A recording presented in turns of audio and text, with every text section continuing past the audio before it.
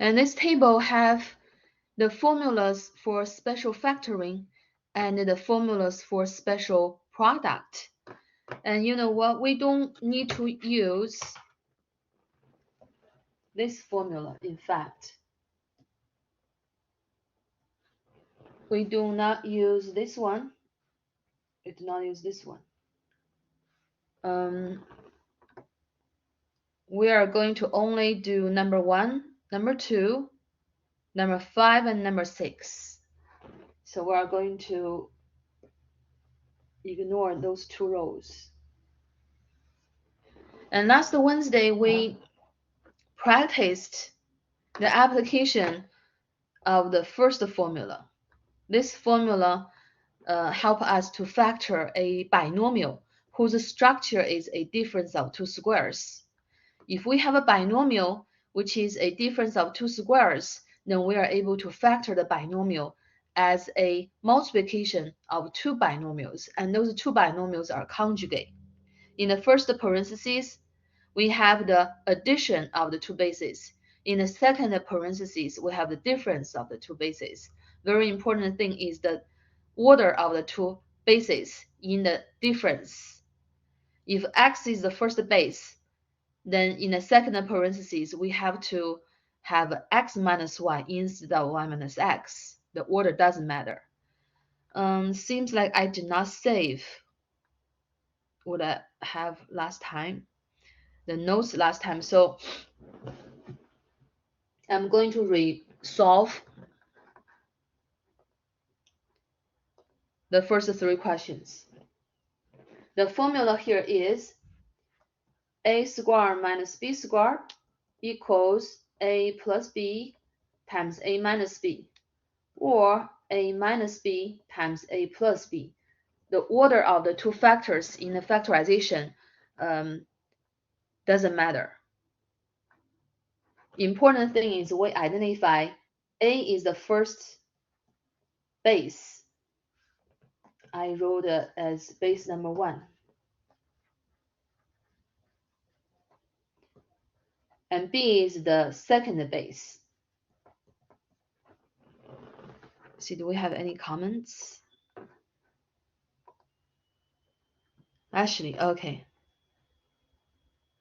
I'll remember to mark your attendance later. Don't worry about that. First question, x squared minus 100. X squared is a perfect square. 100 is also a perfect square. We have this table for you to practice, right? It's a good idea to memorize those special numbers because they are perfect squares from 1 square all the way to 20 square. Then when we see 100, we know 100 is 10 square. So this binomial is a difference of 2 squares. The first base is x. This perfect square in front of the subtraction sign. And the second base is 10. So by the formula, we are able to factor this binomial as x plus 10, first base plus second base, and x minus 10, first base minus second base. So that's how does this formula work. Pretty symmetric and clean formula. Very, I don't think it's difficult to memorize. You actually can help you to memorize the formula if you use the box method to prove the formula. You can multiply the 2 binomials together and you will see your result is a difference of 2 squares. So that's the first question. Second question is also a binomial. And this binomial, we have 36, we have x squared, we have 49, we have y squared.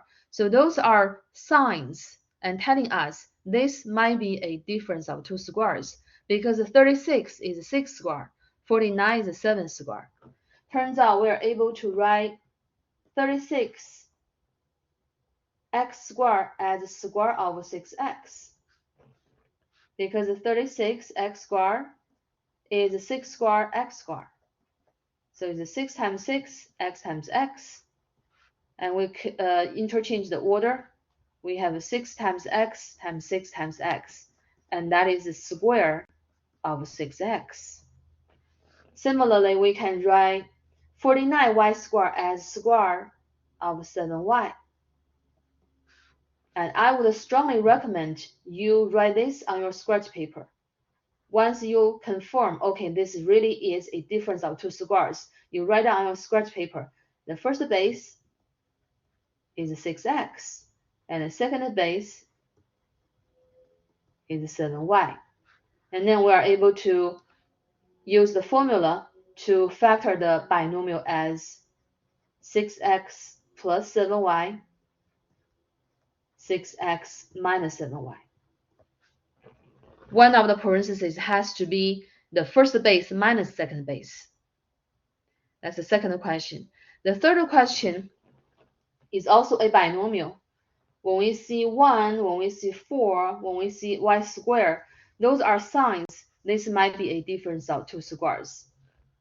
To confirm that, we write 1 as 1 square, we write 4y squared as square of 2y. 4y squared is 2 squared y squared. 2 squared is 2 times 2, and y times y. Interchange the two factors, we have 2y times 2y, and that is the square of 2y.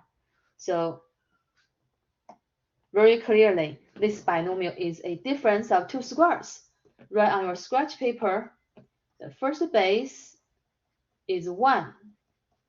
The second base is 2y. The square apply on the whatever inside the parentheses. So whatever inside the parentheses is the second base, 2y.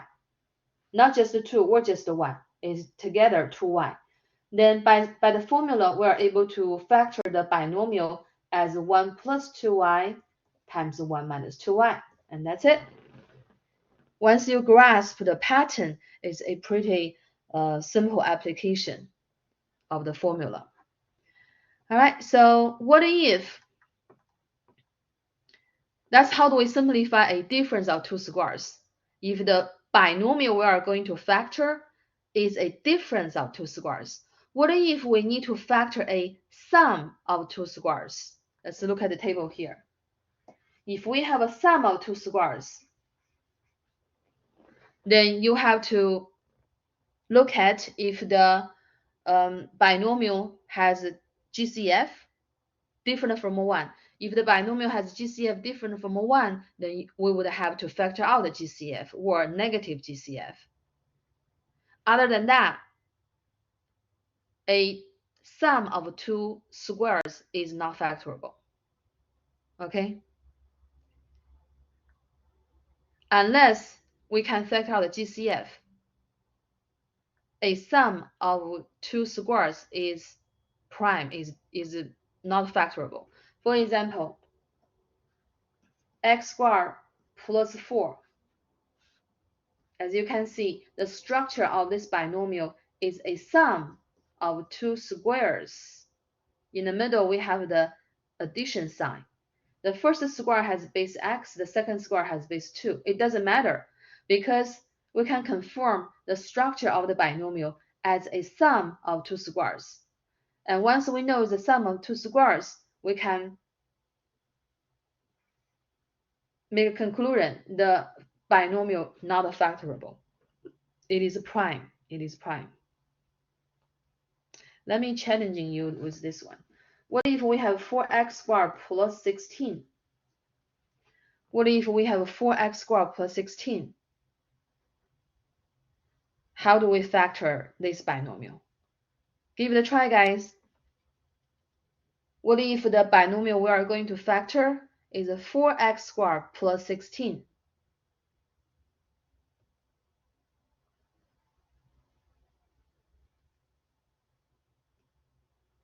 Share your answer on the chat.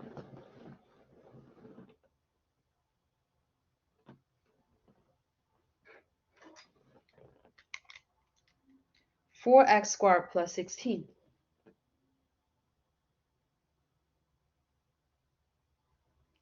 How do we factor that? Are you guys with me?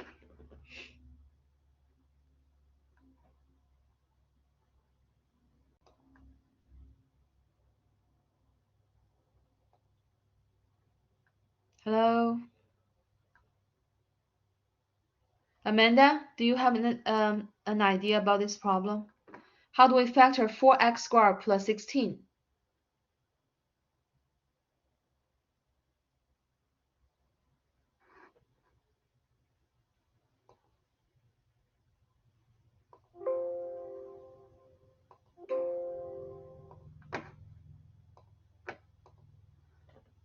Oh, okay. Take your time. Sorry for rushing you. 4x squared plus 16.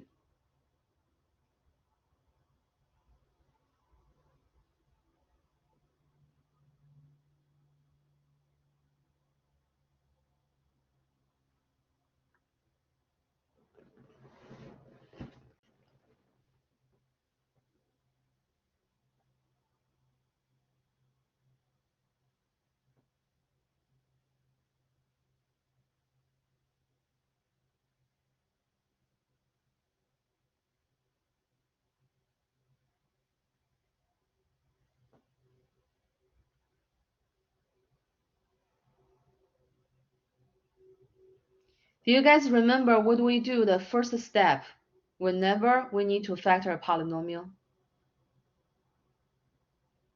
Whenever we need to factor a polynomial, the first thing to do is to identify and factor out the GCF of all the terms in the polynomial.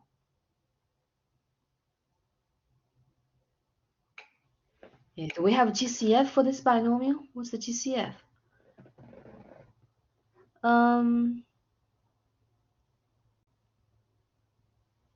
2 equals 4 and x. Okay, so GCF of the two terms is just the 4, right? Just the 4. The second term does not have x, so x is not going to be part of the GCF. The numerical part, 4 and 16, 4 is a factor of 16. 16 is 4 times of 4. So that's the first special case. We can factor 4 out. Yeah, plus not equal, plus 2. Okay, I understand you now.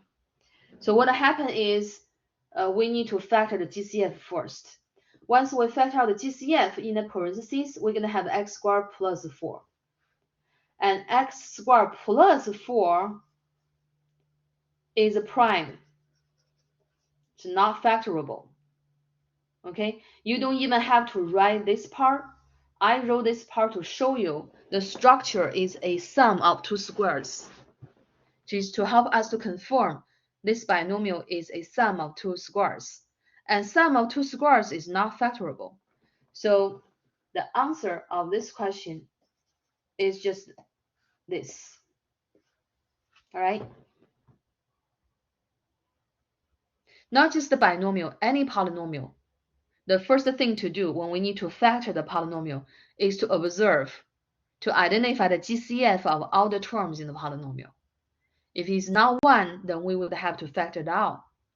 In this case, after we factor out the GCF, in the parentheses, we have a sum of binomial. We have a sum of two squares, and it is a prime. So the answer is going to be just like this. It's already complete, the factorization. Interesting thing is what Joe identified. This actually 4x squared plus 16, in fact, is a sum of two squares. It's a square of 2x plus square of 4. No problem. Joe identified that. That's very good.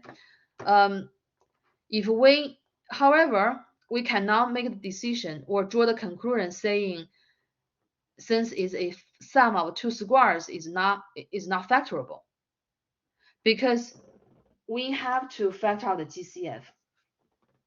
Does that make sense, Joe? Do you see what I'm trying to say here?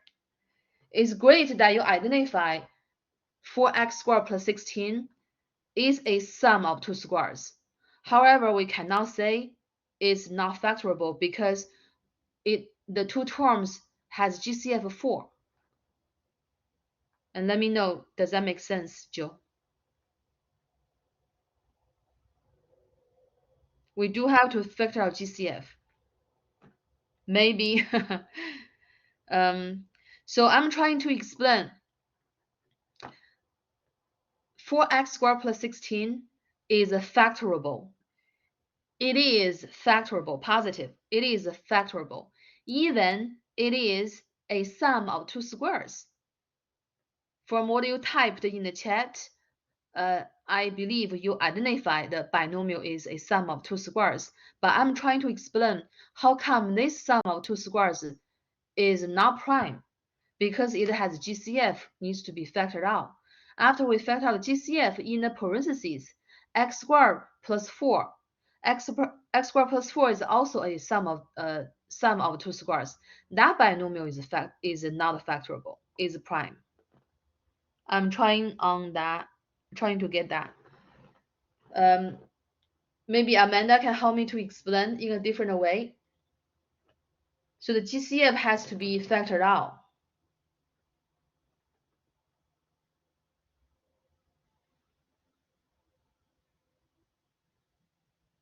GCF has to be factored out first.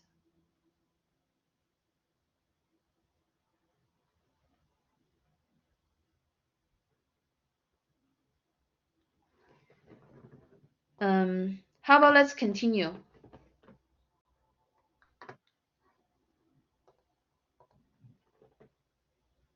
How do we show that the 4 is a square?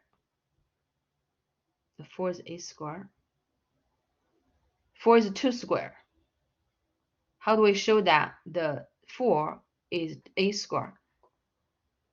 4 is 2 square. We don't have to show it. Once you can do that on your scratch paper. So you can show x squared plus 4 as x squared plus 2 squared.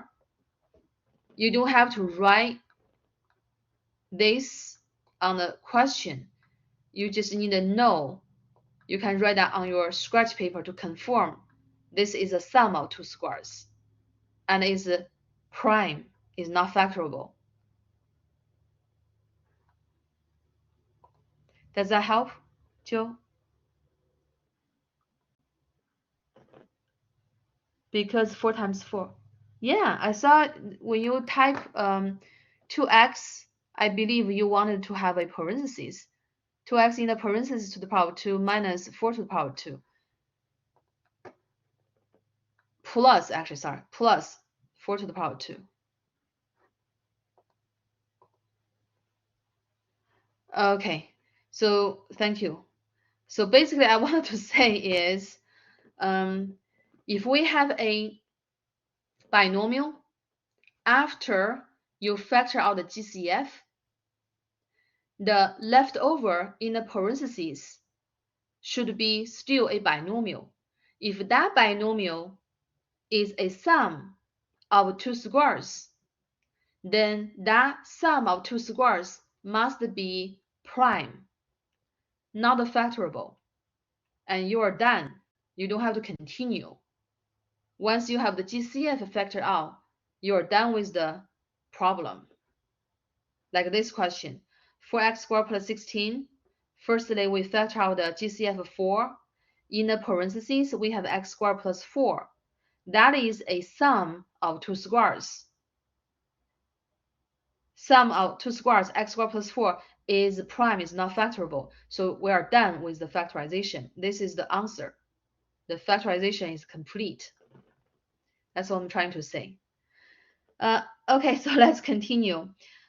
Next up, we're going to introduce a pair or a set of formulas, two formulas in it. Those two formulas help us to factor perfect square trinomial. Okay, so next up we are going to see how do we factor perfect square trinomial. So firstly, you have to see the polynomial has three terms, trinomial. Perfect square trinomial is a trinomial with a special structure. What kind of structure?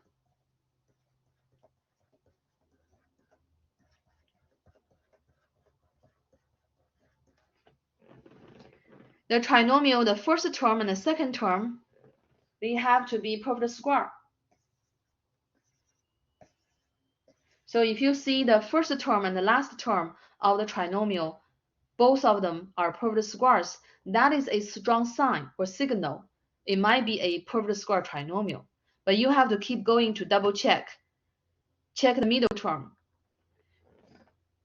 On top of the term 1 and term 3 are perfect squares. The middle term has to be twice of the multiplication of the two bases, or negative twice of the multiplication of the two bases. So if a trinomial has that kind of structure, we say the trinomial a perfect square trinomial, and we have formulas to factor perfect square trinomial. So if the middle term is positive, then the perfect square trinomial can be factored as a square of a binomial sum. In the parentheses, we have the sum of the two bases, x and y. If the perfect square trinomial has middle term negative, then we are able to factor that trinomial as a difference, as a square of difference. Square of difference. The base is going to be a binomial. Difference of two items. The first base minus second base. I think the best way to learn that is to use it. Okay, so those are the formulas. You help to prove those formulas in chapter 5 when we practice box methods. So let's find the questions. Let's see number 4.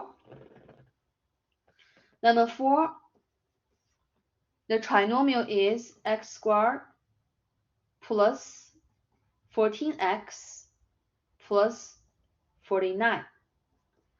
Here we are going to factor this trinomial, okay? We are going to factor the trinomial. Take a glance. The GCF of this trinomial is 1, so we skip the first step. We have nothing to factor out. And you might think, hold on, can we use shortcut method to factor this trinomial? Totally. Yes, absolutely. Because this trinomial is a quadratic trinomial. Degree is 2, right? X squared. But here we are going to apply the formula, special factoring formula method to factor this polynomial.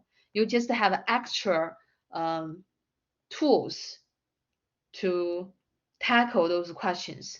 So seriously, for this table, the main thing you need to grasp is the first two, especially the first one. The second is very easy. As long as you see the sum of two squares, it's going to be prime after you factor out the GCF. If you see a sum of two squares. And number 5 and number 6 are optional methods. If you really cannot grasp, of course, I hope you grasp. If you really cannot grasp, you can always use either shortcut method or slide divide slide method to factor the trinomial. But you know what? If the trinomial is special, perfect square trinomial is special, then we should treat them specially, right? We have a special method to factor them. We use formulas to factor them. So now we are going to practice using formulas to factor perfect square trinomial. So how do we know this trinomial is a perfect square trinomial. Strong sign. The strong sign is term 1 is a perfect square, term 3 is a perfect square. Let's see what's the base. X squared, first base. Yeah, you need to write this on a scratch paper. Strongly recommend that. The first base is X. The second base is 7. All right.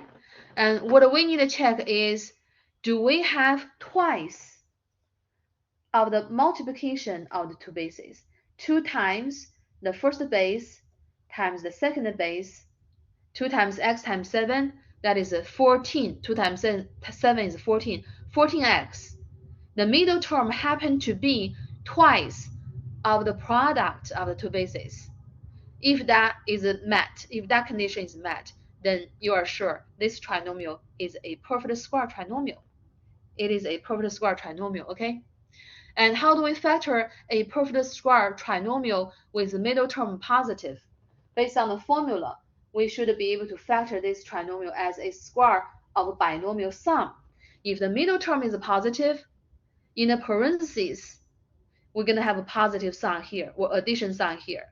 And which two items added together in the parentheses? The two bases, x plus 7. This way is faster. If you grasp the formula, you can factor this trinomial very quickly. Faster than shortcut method. Faster than shortcut method. You might want to know, can I write the answer as x plus 7 times x plus 7? Yes. But also I need you to check the Pearson setting. The system might require you to answer the question a specific way. So you would have to follow the instruction. Both of them are right, by the way. Okay, so I want you to look at our factorization for number 4. I want you to compare that with the formula to see the pattern.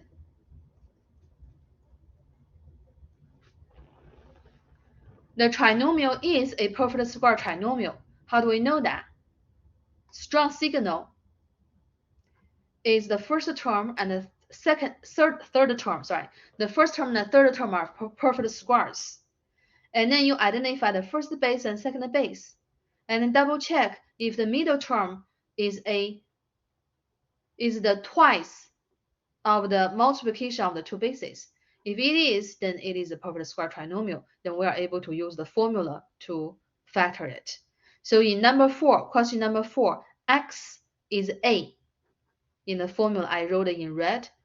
B is 7. 7 is the B in the formula. Let me know, do you have any questions? Am I clear about that? I do have students that they hate using formulas. But you know, learning mathematics, one important thing is to learn how do we understand and use formulas, because the formulas basically are patterns. If you take physics, I think even chemistry, they have many formulas, even finance, very complicated formulas, and you would have to be able to deal with them like you deal with the formulas in mathematics. So people say mathematics is the foundation for many other subjects, right? It is true. And we learn mathematics to learn how do we apply formulas, how do we see the pattern. Number 4, the trinomial is a perfect square trinomial pattern. How do we know that? Because the first term is a perfect square, second term is a perfect square, and the two bases are x and 7, and the middle term happen to be twice of the product of the two bases. That's how do we know it is a perfect square trinomial. And we can use the formula to rewrite that trinomial as a square of binomial sum. And the square of binomial sum, x plus 7 to the power 2, is the factored form of the perfect square trinomial. Any questions? Okay, thank you, Joe. Then let's continue to number 5. Number 5 is a trinomial. Again, if you want, you can use the shortcut method because it's a quadratic trinomial, right? But as I said, we are practicing perfect square trinomial. Let's see if this trinomial is a perfect square trinomial. Strong sign, y square is a perfect square, 16 is a perfect square. Let me write down the two bases. The first base is y, the second base is 4. 16 is 4 square, right? And if we multiply the two bases together and double it, let's see what is twice of the two bases multiplied together. 2 times y times 4 gives me 8y. And the middle term happened to be negative twice of the multiplication of two bases. So this is the perfect square trinomial with middle term negative. Okay. The third term, this term always be positive, by the way.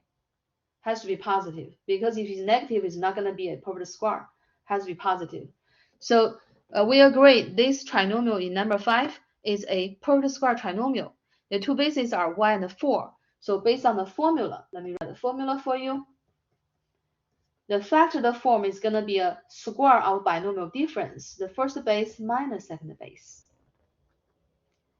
So we are able to factor this perfect square trinomial as a square of a binomial difference of the first base and the second base, y minus 4 to the power 2, which is the same with y minus 4 times y minus 4. Both ways are correct. Perfect. Thank you, Amanda. That's correct. Very good. As you can see, if you have extra tools, you can get the job done easier, faster, right? So I think it's good to memorize this formula, perfect square trinomial formula. Next, let's see number 6. Number 6 is a trinomial, and leading coefficient is 64. Well, I look at the three terms. There's nothing we can factor out. The GCF is 1, and the leading coefficient is not 1. Sorry, leading coefficient is 64. If I use a shortcut, shortcut method doesn't apply. If I use a slide divide slide method, it might be very troublesome, because 64 is a pretty big number. I would have to try 64 equals 1 times 64, 2 times 32, 4 times blah blah, very long list, right? So that's why when we have a trinomial, we want to check if the trinomial is a perfect square trinomial. If it is a perfect square trinomial, we can use the formula to quickly factor it. How do we know this one? If this one is a perfect square trinomial, look at the sign. Look for the sign. 64, 8 square, x square, 1 is 1 square. So term 1 and term 3, they both are perfect squares. That is a strong signal that this might be a perfect square, but we don't know. We're not sure yet. So we do have to double check. So 64x squared is 8x to the power 2. Okay? 64 is 8 squared. So 64x squared is the square of ax. So the first base is 8x, and the second base is 1. The last term, 1, is 1 square. And if we multiply the two bases together, we have 8x times 1. If we double it, we have 16x. And what's the middle term? The middle term is twice of the multiplication of the two bases. Yeah, that's something you need to memorize. I know it's not very convenient, especially those things you don't really use them in real world. So you would have to spend extra effort to memorize them. But trust me, it's gonna worth the effort, especially if you wanna go higher level mathematics. It's good to memorize those formulas. So we know this is a perfect square trinomial, right? The formula we're gonna apply is a square plus 2ab plus b squared, very symmetric, equals square of a plus b. In this case, the first base is 8x, so a is ax. The second base is 1, so b is 1. So the answer is going to be 8x plus 1 to the power of 2. Look at the formula. See the pattern. It's very important for you to see the pattern. If you see it, that means you are grasping it. Otherwise, you might want to email me, okay? The first base is 8x, the second base is 1. So this perfect square trinomial can be factored as 8x plus 1 to the power of 2. And this would be a better method compared with the slide divide slide method. You can try the slide divide slide method. It's going to take a longer effort, more effort than this method. So more tools. If you master more tools, then you can make your job easier. That's the point. Any questions about number 6?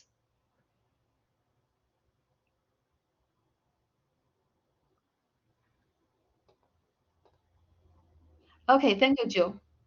Thank you, Jacob. Then let's move to number 7. Number 7 is a trinomial. We need to factor this trinomial, and this trinomial looks pretty complicated because this trinomial has 2 variables.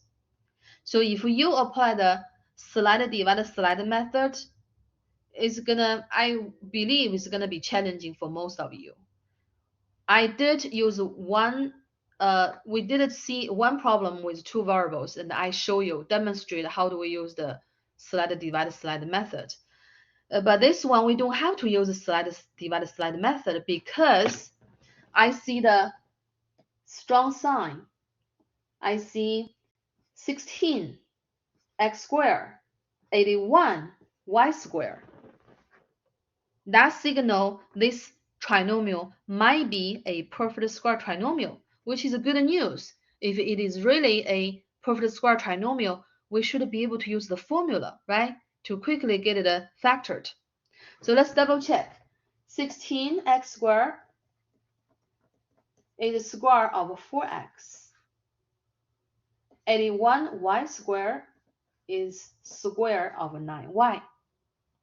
First term, last term, they are perfect squares with the first base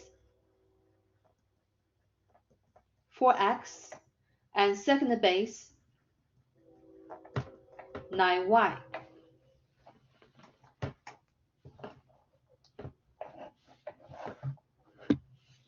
And let's see what do we have if we multiply them together, multiply the 2 bases together, and double it. Don't forget to double it.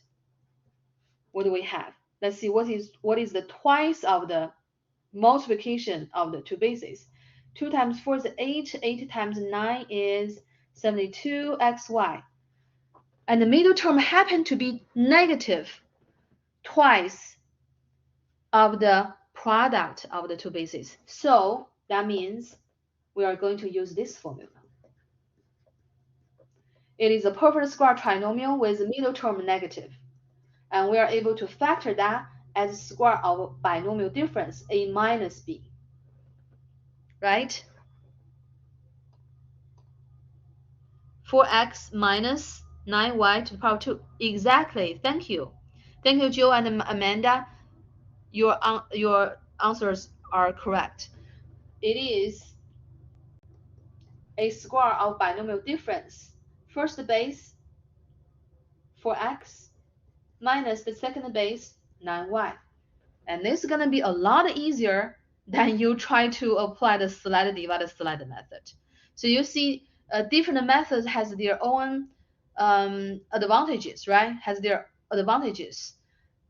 Slide divide slide method are very convenient for some trinomial, but those formulas is going to be the most convenient way to factor special polynomials. And for us, we only need to know two types, actually three types of special polynomials.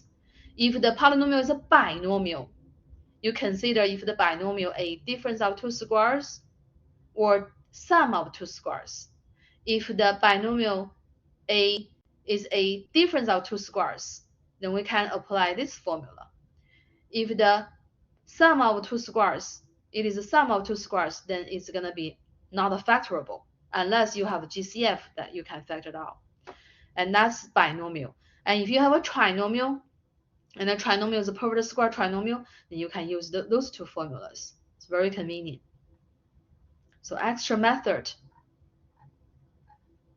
So far we have finished all the methods that for factoring polynomials. Let's make a summary, summarize before we start a new topic. So the first method we learn is to factor out GCF. Okay, always. First step, when you factor a polynomial, the first thing to do is to observe, identify the GCF of all the terms in the polynomial, and you factor it out. Second method we learn is called factoring by grouping. We use that method to factor polynomials with 4 terms. And then we learn the shortcut method. You apply shortcut method when you need to factor a quadratic trinomial with leading coefficient 1. And if the quadratic trinomial leading coefficient is different from 1, you might consider use slide, divide, slide method. And then the fifth method we learn are special factoring formulas.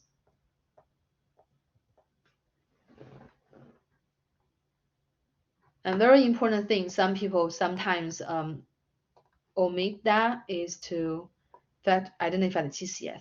That's very important. Okay, so now let's start a new topic. We see the next topic, an application of factorization of polynomials. So we are going to see how do we use factorization of polynomials to solve quadratic equations. So firstly, we need to understand what is a quadratic equation. What does a quadratic equation look like? This is what does a quadratic equation look like. ax squared plus bx plus c equals 0. And this is the standard form. This is the standard form of a quadratic equation.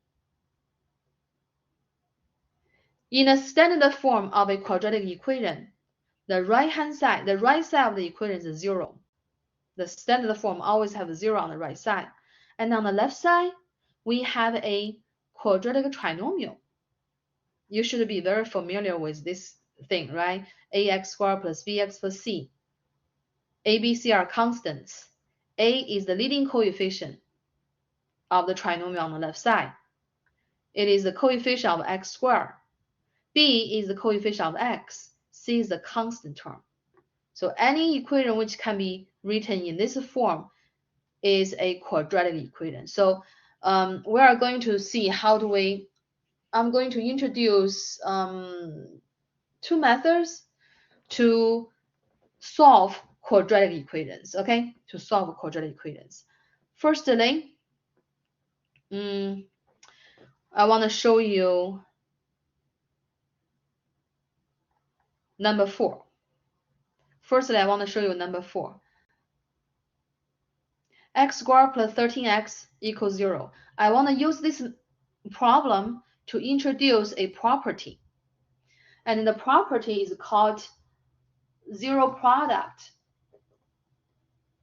property. You might see a different name from the book, but I named this property zero product for a reason. I'll show you the reason in a moment. Property. What is a zero product property? Let me give you the content. If we have 2 quantities, a and b, and they multiply to 0, number 0. Then we can draw the conclusion that A is 0 or B is 0. So let's make sense of this property. Think about if we have two numbers, the two numbers multiply to 0. That means at least one of the numbers has to be 0. Because if both of them are non-zero, imagine A is not 0, B is not 0. How is that possible for them to multiply to 0? It's not possible, right? Do you see that? If A times B equals 0, yeah, one of A and B has to be 0. Either A is 0 or B is 0 or both of them is 0, right? Because if none of them is 0, it's not possible for them to multiply to 0. Exactly. Thank you. So this is called a zero product property, okay? And then when do we use the zero product property? Yeah, this is the fun part. And the reason I named the property zero product property. We use this property when we have an equation. When we use this property when we need to solve an equation, and when the equation has a product on the left side and have a 0 on the right side. Let me say it again. We use this zero product property to solve equation when the equation has a product on the left side and it has 0 on the right side. Okay, for example, number 4. You can always do this, just keep us on the track. So in the middle we have 0. Sorry, in the middle we have equal sign. On the right side we have 0. On the left side we have a binomial. The binomial is x squared plus 13x. I want you to help me to factor that binomial. Can you help me to factor the binomial? Why do we need to factor?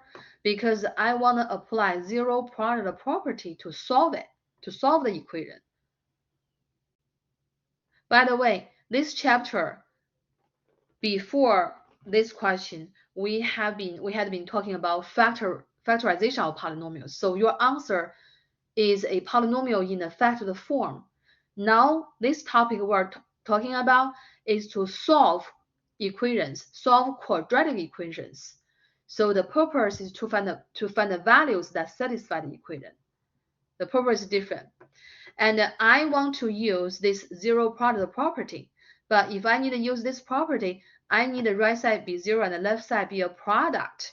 But I don't have a product. So I want you to help me to factor this binomial and write the left side as a product. Anyone can help me to factor x squared plus 13x? What's the first thing to do when we factor a polynomial? Look here, GCF, right? X times, exactly. Thank you, Amanda. Exactly. Very good. Yeah. It's x. We factor x. X is GCF. And in the parentheses, we have x plus 13.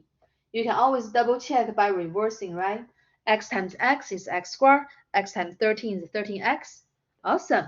So the left side right now is a product. Okay. We're ready to use the zero product property because we have a product on the left side, the product of x and x plus 13. So I can color for you, then maybe you can see that even better. So on the left side, we have the factor yellow. This is, hold on, what's the color? A yellow, and multiplied by, change this color, blue.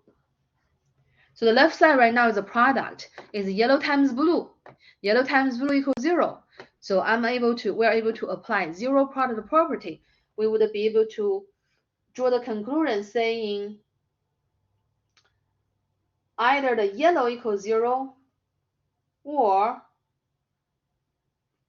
I can actually erase that.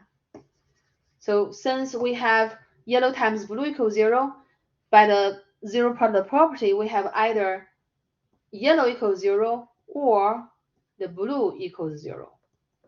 You see that? Direct application of the zero product property. So yellow equals 0 is just x equals 0.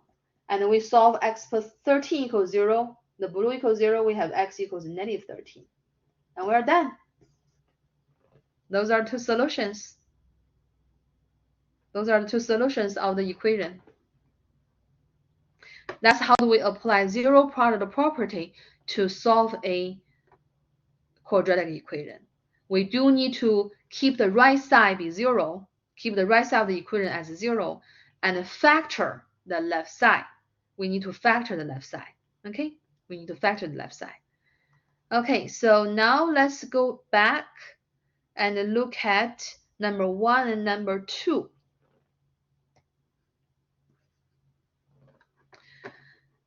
If you have an equation and you keep the right side of the equation as 0 and the left side you have something like this. Let's look at number 1. If the left side you have two parentheses multiplied together, or two binomial factors multiplied together, and each binomial factor is x plus a number. If you have something like that, in number 1 we have x minus 7 multiplied by x plus 3 equals 0, then we are able to quickly, there's a very fast way to quickly identify the solution. Okay, let me show you how do we identify the solution. So let me rewrite the equation here. Number 1, we have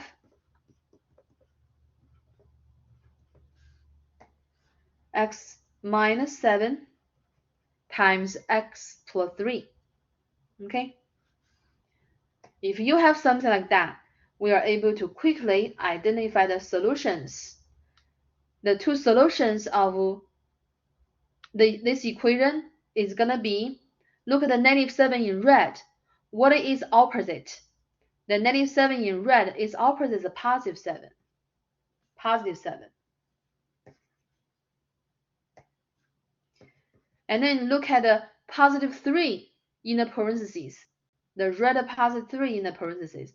And what is that number's opposite? Negative 3. Done. That's the solutions. All you need to do is to identify the number that add with the variable x in the parentheses and take the opposite of that number. And let me explain why. It's very straightforward and is also not difficult to understand.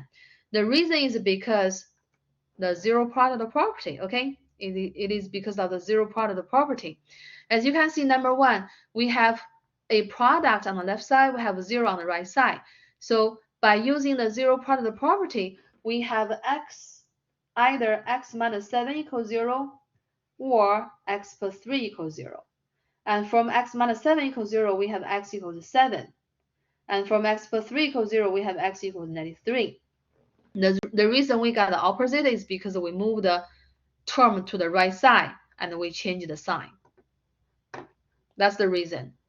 I also can help you to understand by plugging in the answer. So here, if we plugging in 7 here, if we plug in 7 here, let me show you. If we plug in 7 here, how come 7 is a solution? Because if we plug in 7 in the first parentheses, 7 and the negative 7, they are opposites. Opposites add up to 0. So that means the first parentheses is 0. And 0 times anything, we don't even have to worry about the value of the second parentheses, because 0 times anything would give you 0. So the equation is satisfied. Similarly, I can show you why negative 3 is a solution. We can plug in x equals negative 3 right here. Right here. And since negative 3 and the positive 3, they are opposites, they add up to 0. The second factor, the second parentheses, is 0. And doesn't matter what's the first parentheses, and that number times 0 always gives you 0. So let me show you the really important thing here. If you see something like that, right side, if you have an equation, right side is 0, left side is a multiplication of binomial factors with the pattern x plus number, then the solution is gonna be the opposites of those numbers. Do you see what I'm talking about here, guys?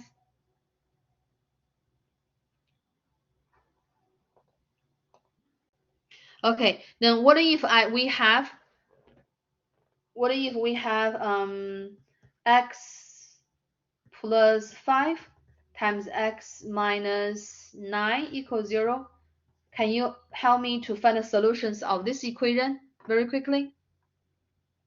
If we have x plus 5 times x minus 9 equals 0, what are the solutions? X plus 5 times x minus 9. Perfect. That means you understand. Very good, very good. Exactly. Thank you, Amanda. Very good. And what if we have number 2? Let me show you what happened to number 2. What if we have something like this? X times x plus 1 times x minus 2 times x plus 3 equals 0. And you know what? I can rewrite the left side like this.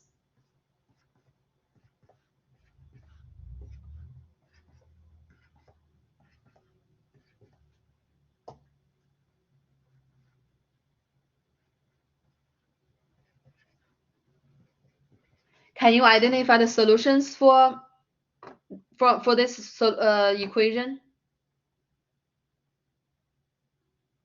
How many solutions this time? X minus 0 times x plus 1 times x minus 2 times x plus 3 equals 0. The 0 part of the property actually could generalize to more than 2 factors. I'm trying to say is if we have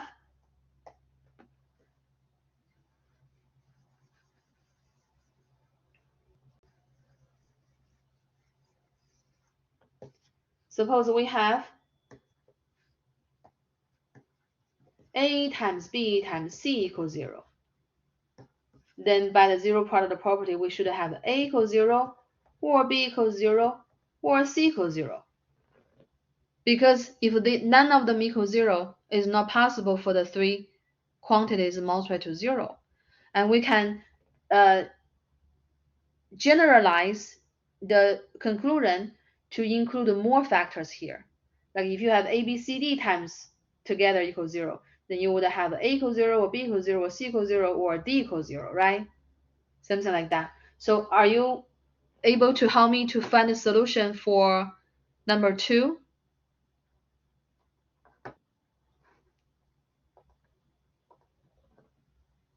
-1, let me see the sign.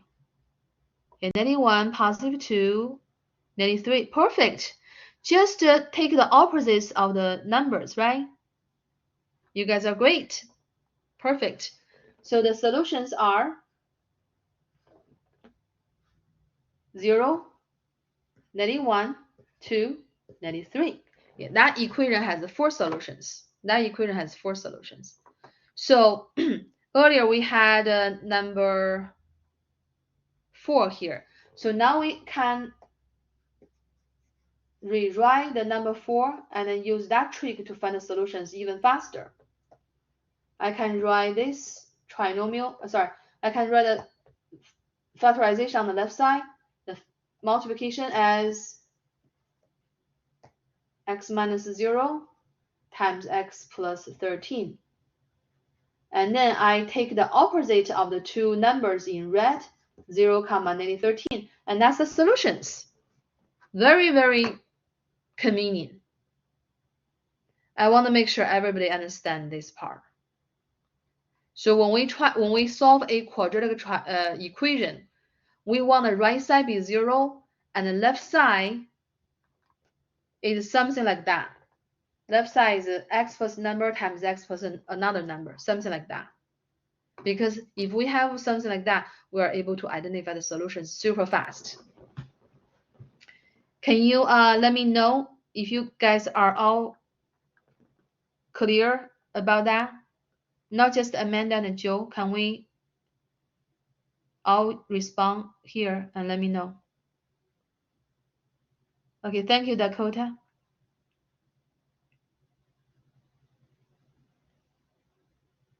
What about other students? Are you guys with me?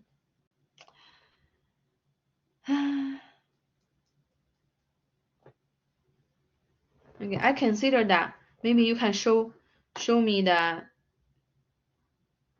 I don't know how does that work, that I can see you guys are actually in front of the computer. Thank you, Desiree. Any response is appreciated. All right, so let's continue. Oh, thank you, Ashley. So let's see number 3. Number 3. Number 3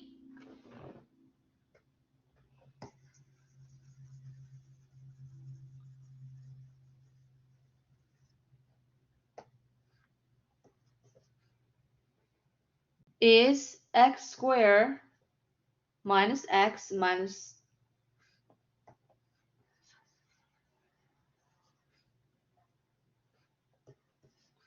number 3 is x squared minus x minus 42 equals 0. It is a quadratic trinomial. Sorry, it is a quadratic equation. It is a quadratic equation, okay? Because if I write the formula of the standard form, you can see it is in the standard form. Right side is 0, left side is a quadratic trinomial in a standard form. And what do we want to do? We want to factor the trinomial on the left side. Please help me to factor the trinomial on the left side. X squared minus x minus 42. Please help me to factor x squared minus x minus 42. What method should we apply? It is a quadratic trinomial with leading coefficient equal to 1. Let me remind you, the method is a shortcut method. Okay, please help me to apply the shortcut method to factor the left side. If we apply shortcut method, we're going to have a parenthesis times a parenthesis. In a parenthesis, we're going to have x plus number times x plus another number. Okay, let me know what are the two numbers. The two numbers must multiply to negative 42, add up to negative 1. I hope you don't forget what is the shortcut method here. The two numbers we need must multiply to C, add up to B. I explained why before. Both of them are positive. Let's see. I think they have to have opposite sign. Very close though, Dakota. Very close. Can you modify the sign? Then they can add up to negative 1. Multiply to 42, negative 42. Yeah. It's gonna be negative 7, positive 6, right? Positive 6. And I'm gonna use a red color for that part. Plus 6 minus 7. 7 has to be negative. Then 6 and then negative 7 could add up to negative 1, multiply to negative 42. And then, you know what? We're done. Almost done. What's the solutions? The equation, the solutions of the equation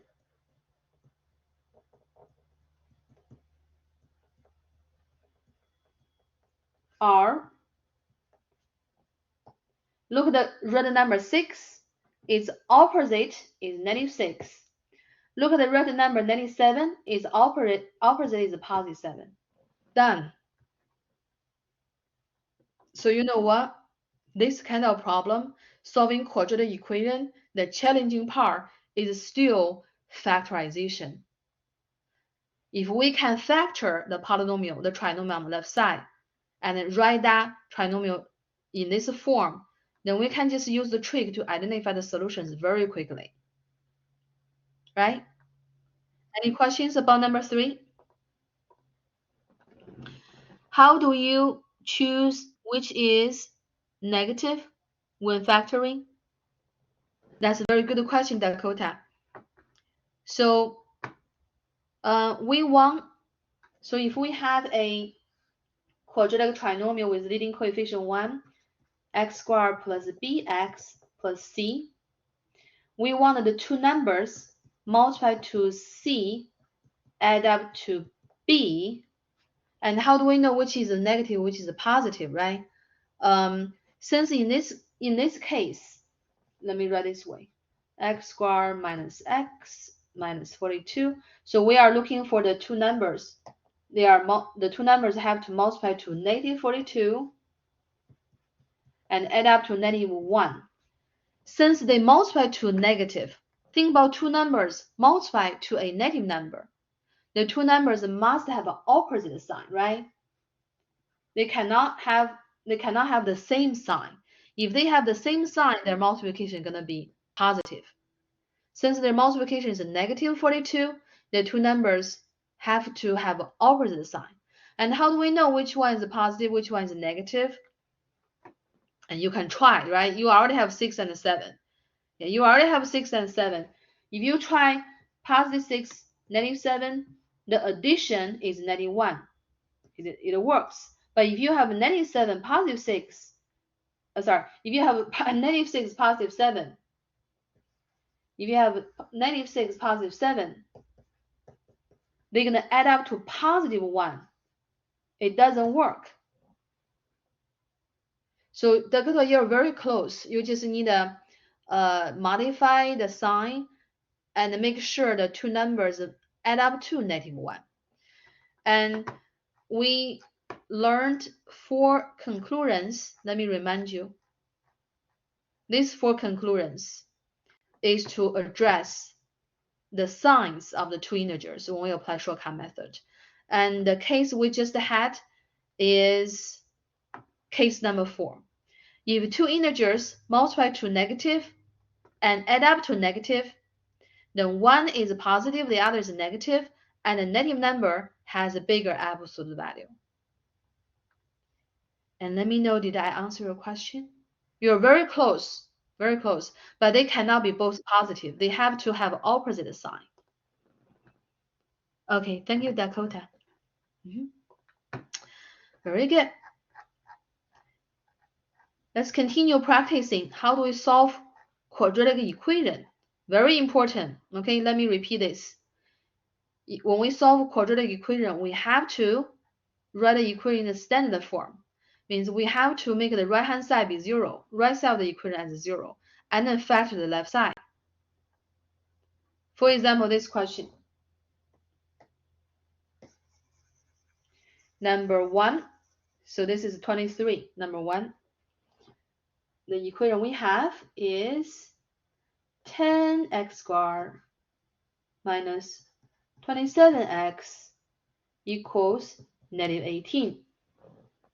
This equation is not in a standard form because the right side is not 0. We have to make the right side be 0. To do that, we add 18 to each side, and we have 10x squared minus 27x plus 18 equals 0. And now the equation is in a standard form. Let me write a formula right under it, and then you can compare. ax squared plus bx plus c equals 0. So as you can see, now we have the equation in a standard form. This equation is a quadratic equation. And then what do we do? Once the right-hand side is 0, we want to factor the left side, right? Let's see, do we have any GCF to factor it out? 10x squared, negative 27, 18, they do not have a GCF, so we can skip that. And then we're going to factor the left-hand side, okay? Factor the left side. What's the difference between this question and question number 3? Let me highlight number 3. What's the difference between this question and number 3. Number 3, the quadratic trinomial on the left side has leading coefficient 1. Leading coefficient 1.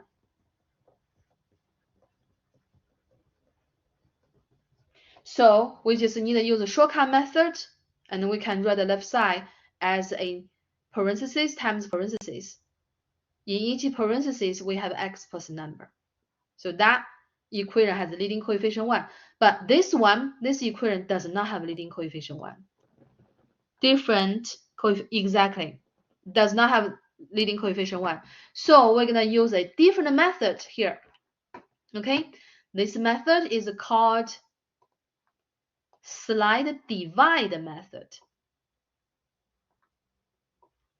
Let me explain the difference between the two methods. Which two methods? Let me make a table, then you understand, okay?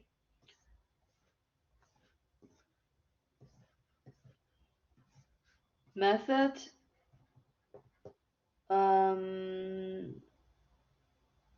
method to target. Okay. So if the method name of the method is called if we have slide divide slide, you remember this, right? Slide divide slide. And then we also mentioned we're going to use slide divide.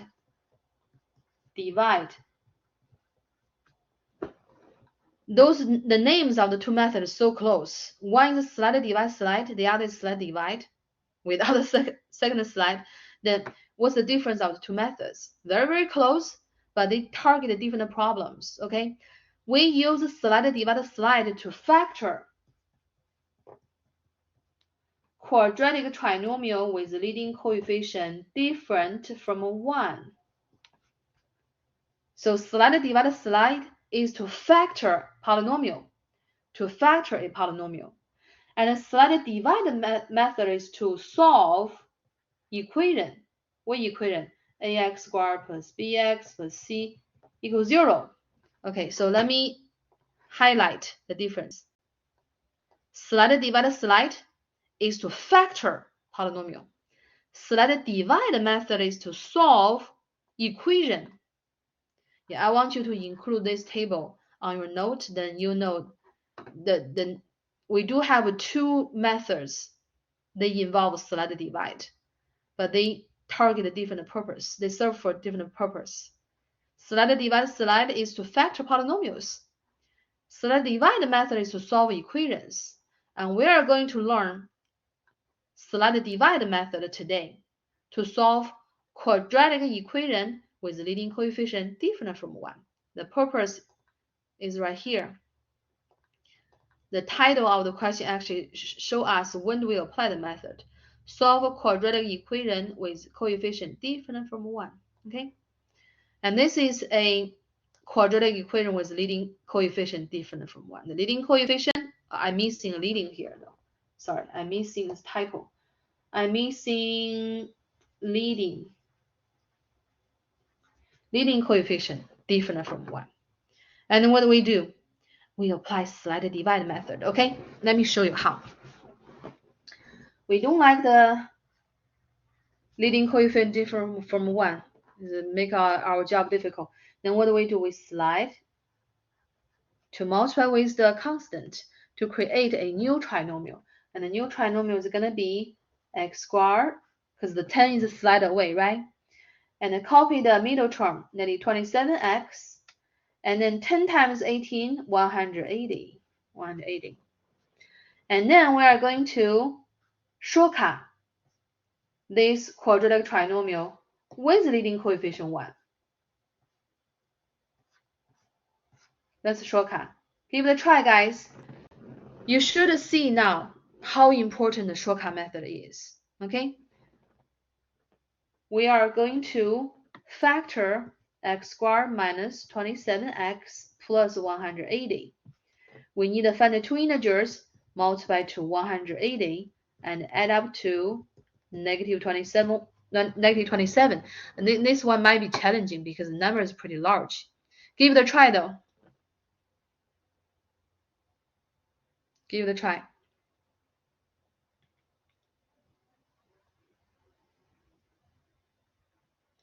And then we work on this together.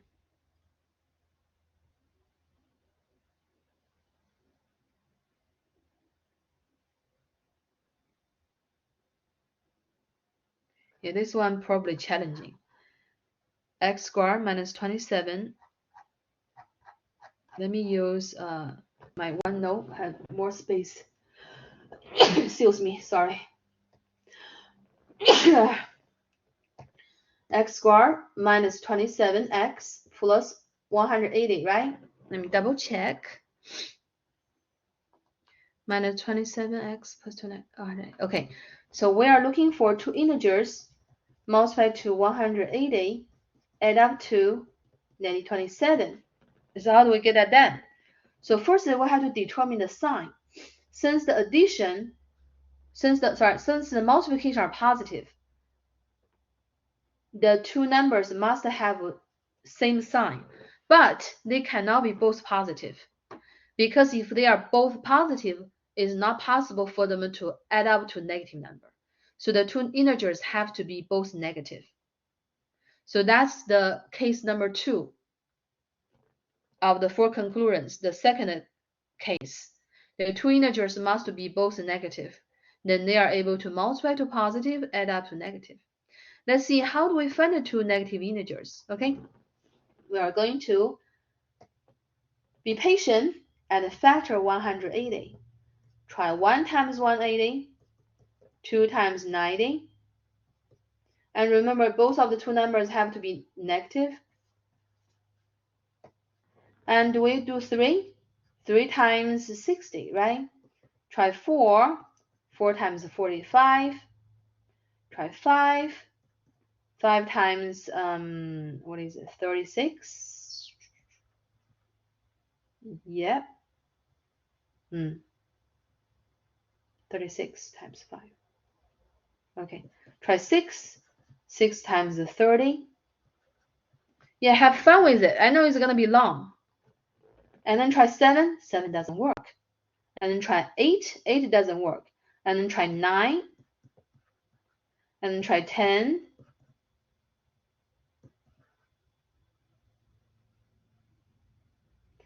11 doesn't work. 12.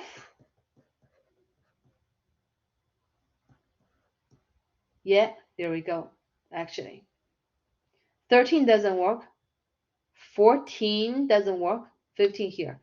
Oh, you know that it turns out the last one is the case here. Those don't work if you can see. Negative 12, negative 15. Be patient, be patient. Have fun with it. Try 1, 2, 3, 4, 5, 6. 7 doesn't work, 8 doesn't work, 9 and 10, 11 doesn't work, and 10, 12. Finally, the last case is the case. Negative 12, negative 15. They multiply to positive 180. They add up to negative 27. So we are able to factor this trinomial as x minus 12 times x minus 15. Is that clear, guys? You want to take a screenshot of this problem. It's very long. I know it's very long. And shortcut method is very essential, very critical. It's not just the one method, it's also the essential part of other methods. Is that clear, guys? Please let me know.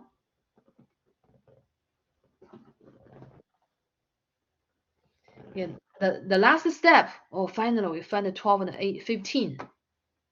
It takes a while, but we get it done. I don't feel very struggle with that. If you really be patient and have fun with it, it's a pretty interesting thing.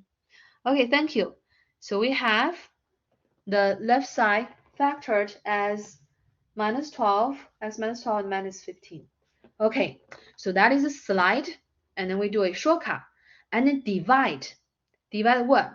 Divide the two red number by, I'm gonna change the orange because I want to differentiate. The two red number by the original leading coefficient. The original leading coefficient is 10. Okay, right after we divide, we are going to simplify. Let's see, how do we simplify the left side? The two fractions. 12 over 10 is 6 over 5. So negative 12 over 10 is simplified as negative 6 over 5. And negative 15 over 10 can be simplified as negative 3 over 2. And you would have to get this done by, find the GCF of the top and the bottom. 15 and 10 have GCF 5, so 15 over 10 is 3 over 2. And then you know what? Almost done. So the solutions are, this is what we want, okay? Please do not slide back. The method is called slide divide method. Slide and shortcut and then divide. We already divided and we also simplified it and we're done. The solutions are, what's the opposite of this red number and what's the opposite of this red number? And the opposite of the first red number is a positive 6 over 5, and the opposite of the second red number is a positive 3 over 2. And done. And that's it.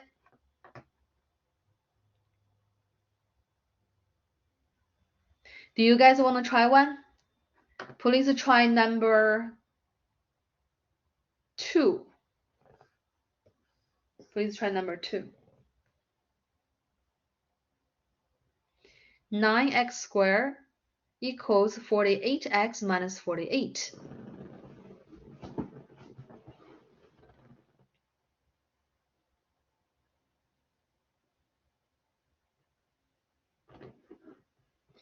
Let me remind you, when you see 9, 48, 48, I'm thinking divide everything by 3. Now I can, make the number smaller.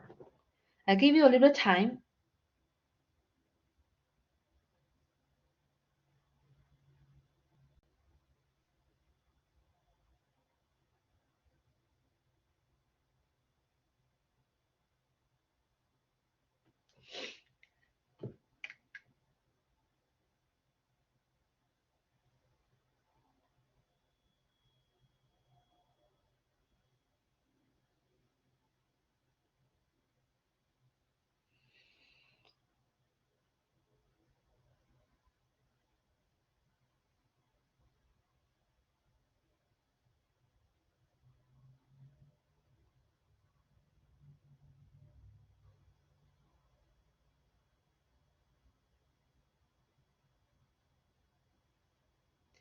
Firstly, I would write the equation in the standard form.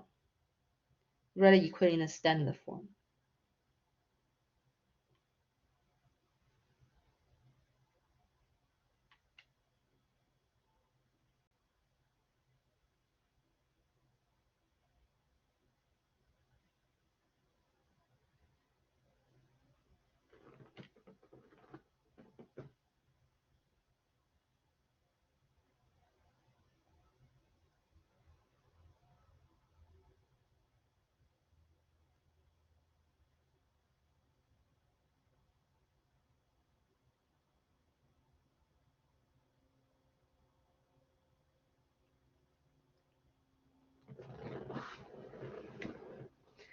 Slide divide method.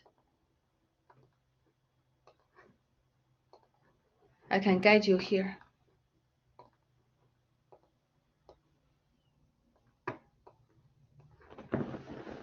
Firstly, I think those numbers too big, so what I would do is divide by 3, divide by 3, divide by 3, and I have this equation written as 3x squared equals 16, right?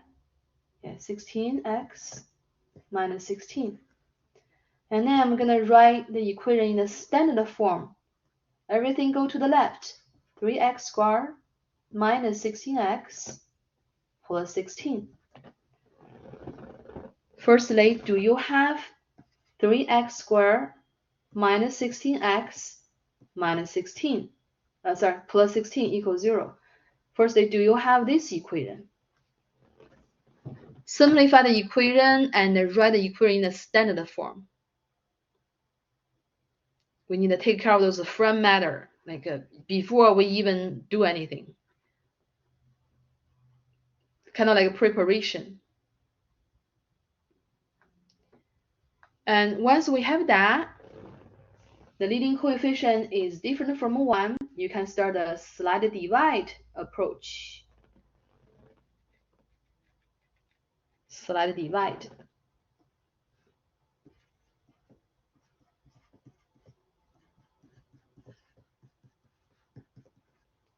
And then shortcut, which two numbers multiply to 48 add up to negative 16?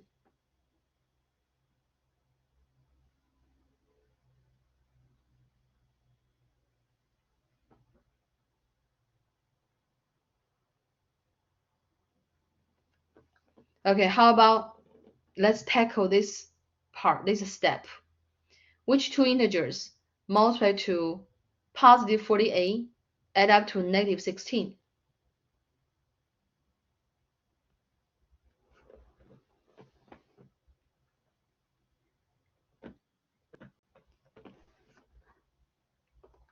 They're gonna be both negative, right? Yeah, both negative, Joe. Correct, very good. Yeah, both negative. Negative 12 and negative 4. Double check. Negative 12 and negative 4 multiply to 48 add up to negative 16. And then we are going to divide the two red numbers by 3. The name of the method is called slide divide. Don't forget that we have divide. Divide the red number by the original leading coefficient, which is 3. And simplify.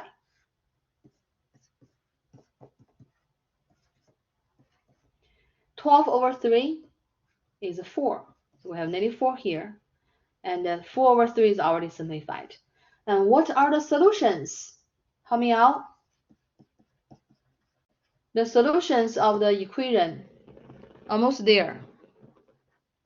Once we have the equation is written in this form, right hand side is 0, left side is x plus number times x plus number, we are able to find the solutions very quickly.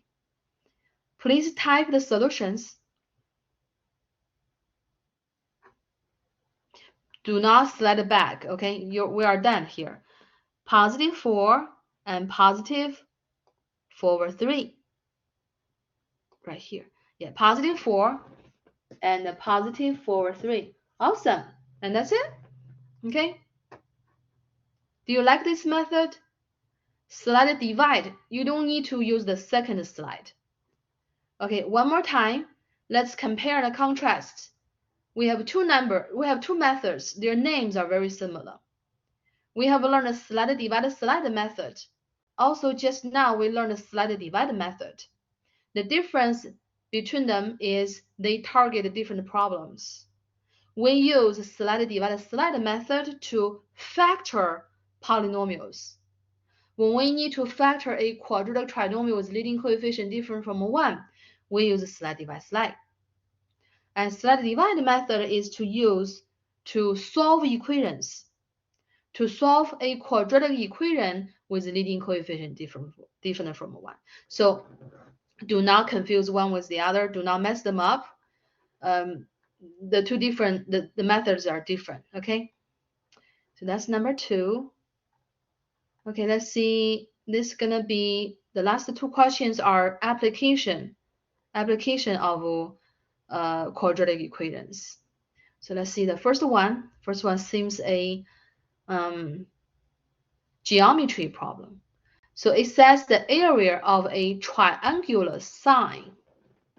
So triangle like that is 60 square meters. The base of the triangle is 1 meter less than double the altitude. Okay, here we have base, we have altitude, and we have area. This is a geometry problem. And we need to find the altitude and the base of the sign. Okay, so water problem, I know is going to be challenging. I know my students hate water problem.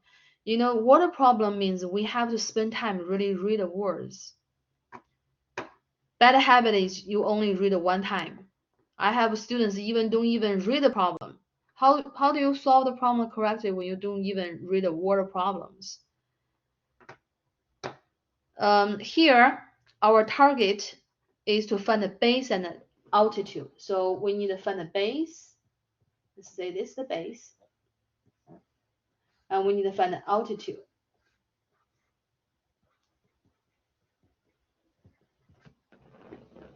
Altitude. Okay.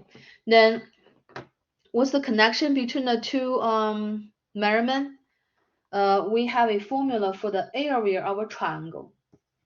Area of a triangle equals half times base times height. The height here is altitude. Okay. We are going to model this problem. Okay, we are going to model this problem from bring in a variable. We are going to only bring in one variable, but we have two targets. So we have two unknown. Base is unknown. We need to find out. Altitude is also unknown. We need to find the value for. But we only have one variable. So here we need to decide what we want to assign x for. Do we want to base to be the x, or do we want the altitude to be x? And I want you to read this sentence. Read this sentence to figure it out. Which sentence? The base is 1 less than double the altitude. So based on that information, do you want the x be the altitude, or do you want the x to be the base? Which way is more convenient? Is base be the if base is the x, how do we write altitude in terms of x? Would that be convenient? Or if we let x be the altitude, is that more easier to write base in terms of x? By the way, let altitude be x is different from when I say write altitude in terms of x. In terms of x is write that variable, write that as an expression in x. So it's two different things. So my question here is, we have two unknowns, base and altitude, but we are going to only use one variable. Do you want the x to be the base, or do you want the altitude to be the base? Do you want the x to be the, do you want the x to be the base, or do you want the x to be the altitude? Read this sentence. The base is 1 less than double the altitude.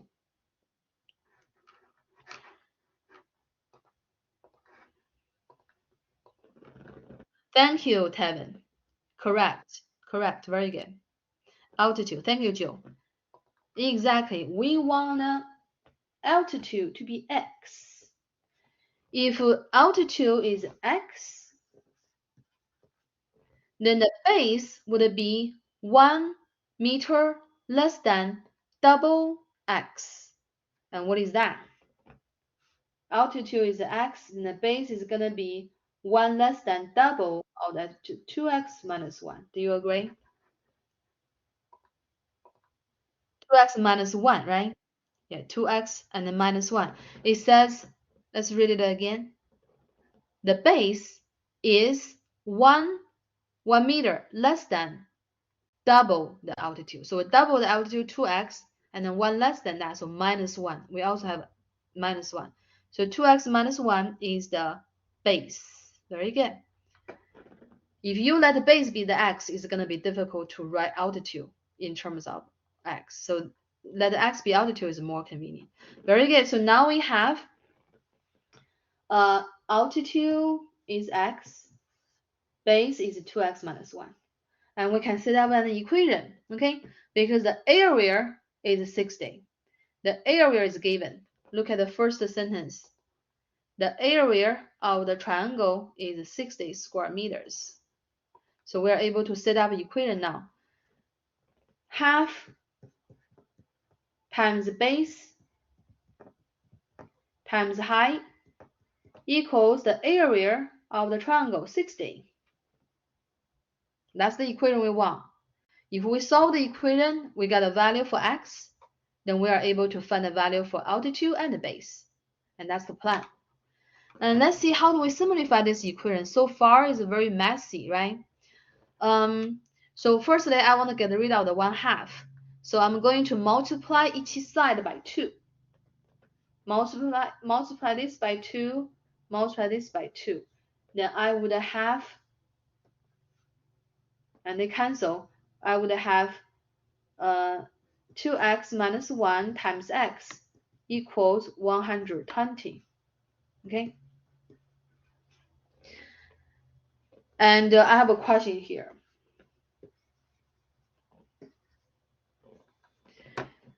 Once I get rid of 1/2, the left side I have 2x minus 1 times x. Right hand side we have 120. Am I ready to use the zero product property to solve for x? Zero product property. Because the left side I have a product. Do you think I can use the zero product property here? Could we use the zero product property here? Recall, when do we apply zero product property? Can we use zero product property here?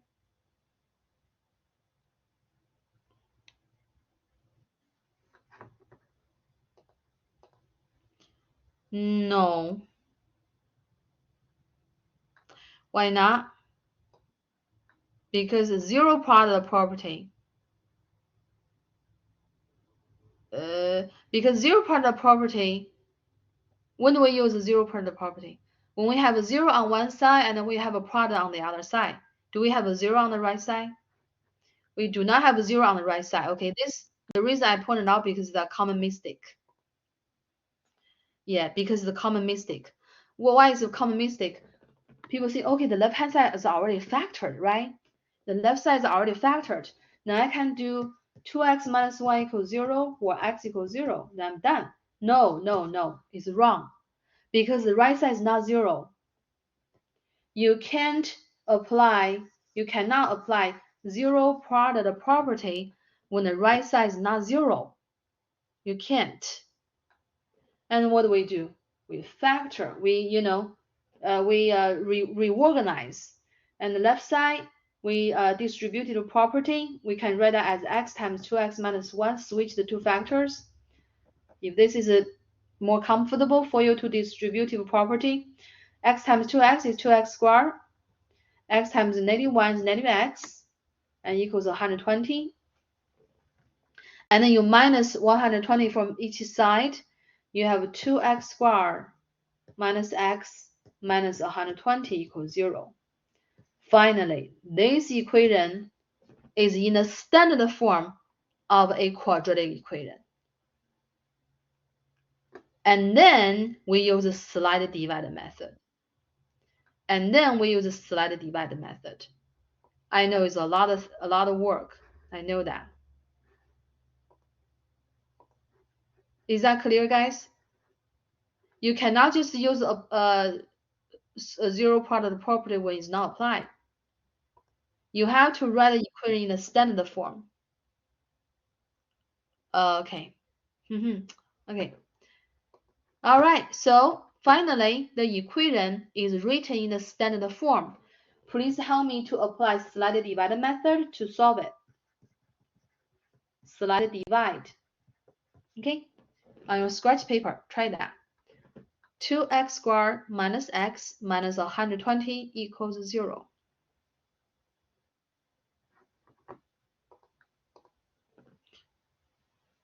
X squared minus x. Okay, very good. So let me do that on OneNote, on my note. We have more space. 2x squared. Let me copy paste.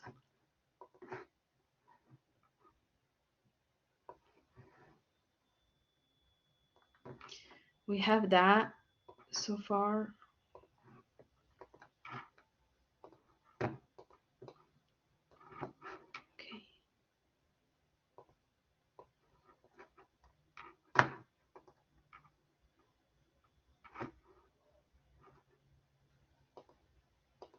Let me find a new slide.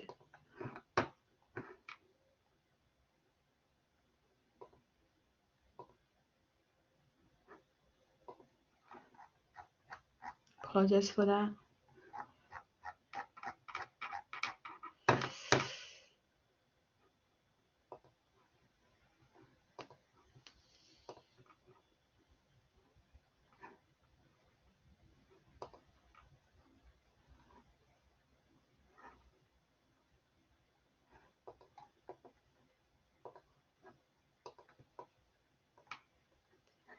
Yes, we slide. We can slide this.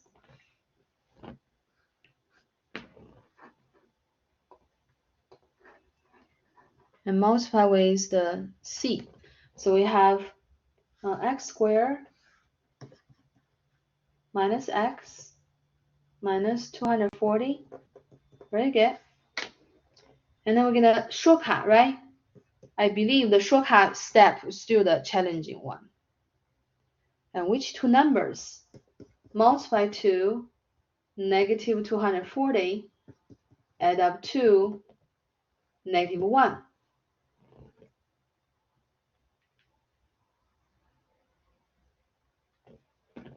The two numbers must have opposite sign. And the negative number has a bigger absolute value. So 240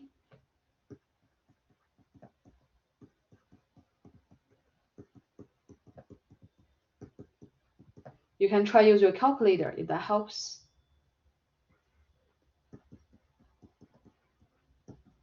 5, it's gonna be 4 divided by 5, 48. 48 times 5, yeah. And then 6 times 40, 7 doesn't work. 8 times 30, play with it. I think it's pretty fun.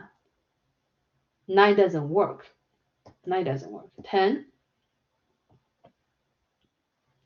times 24, 11 doesn't work.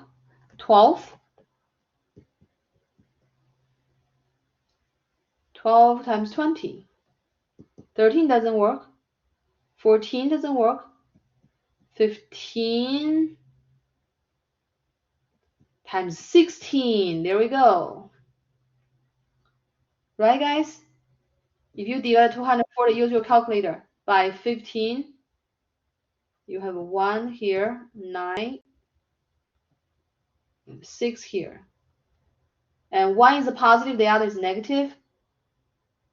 It's going to be negative 16, positive 15. Do you agree? Negative 16, positive 15. Perfect. Thank you, Amanda. Thank you, Jill. Tevin, awesome. You guys doing great.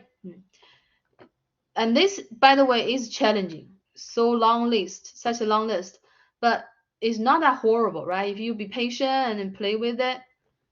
Very good. So now we have x minus 16, x plus 15. So we have x either equals positive 16 or equals negative 15. However, x cannot be negative because x here represents the height of the triangle. It cannot be negative. So we have to get rid of this extraneous solution. And x has to be 16. So one solution only, x has to be 16. So the altitude x is 16. Then what is the base? Base is 2 times x minus 1. 2 times the altitude, twice of double the altitude is 32. 32 minus 1 is 31. So the dimension of this triangle is base is 16, the altitude is 31. If we multiply them together, we have 8. Hold on. Base times the height. Twice of 16. 240. 16, twice of it is 32, minus 1 is 31.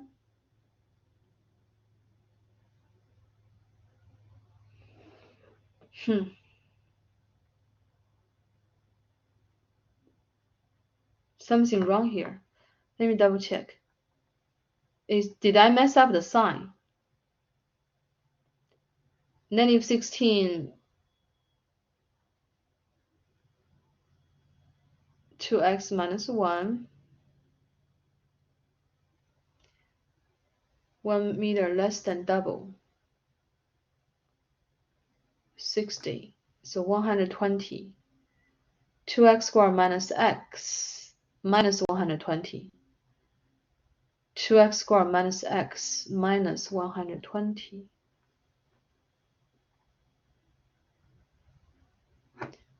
Oh, my bad. I made a mistake. Please don't copy me. I forgot to divide. The method is select divide method. So divide the original leading coefficient, which is 2, right? And then we simplify. Please forgive me on that. Simplify 16 over 2 is 8. And this is a 7.5. 15 over 2. And so the solutions are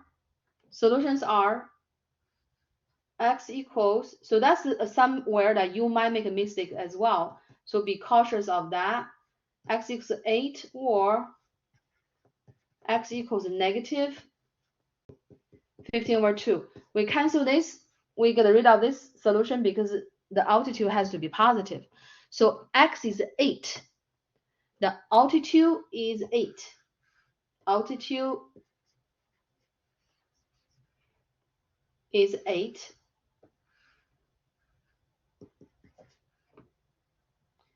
Base is twice of 8 minus 1. So it's 15. And now let's double check. Half of the base times height is 60. All right. I apologize earlier. So also, which actually is a good thing, because you can tell it's very easy to forget to divide, right? So remind yourself we're applying select divide method. We select and then later we select the 2 away and later we have to bring it back. Divide the two numbers we found from the shortcut method. And now we complete the solution. All right, we run out of time.